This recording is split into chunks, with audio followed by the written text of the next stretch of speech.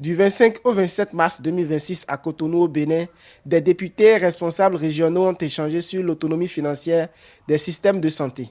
Ces discussions interviennent dans un contexte préoccupant. Selon l'Organisation mondiale de la santé (OMS), seuls 5% des pays africains respectent l'engagement d'Abuja qui prévoit de consacrer 15% du budget national à la santé. Par ailleurs, près de 44% des ménages financent directement leurs dépenses de santé, tandis que les financements extérieurs restent majoritaires.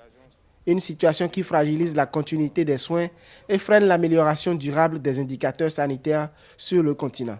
Chaque ressource mobilisée doit se traduire par un service amélioré, un accès élargi ou, mieux, une vie sauvée. Financer la santé aujourd'hui, c'est prévenir les crises de demain. Les travaux de l'atelier ont identifié plusieurs leviers concrets pour sécuriser les budgets. La mise en place d'une fiscalité ciblée sur certains produits nocifs pour la santé, la digitalisation et la transparence de la collecte des recettes domestiques, le développement de partenariats responsables avec le secteur privé et les organisations régionales, ainsi que l'utilisation d'instruments régionaux de mutualisation pour soutenir les États les plus vulnérables. Les parlementaires jouent un rôle stratégique. Légiférer, protéger les budgets et orienter les ressources vers des mécanismes de financement endogènes. Nous devons travailler à comprendre que, véritablement, nous devons nous autofinancer.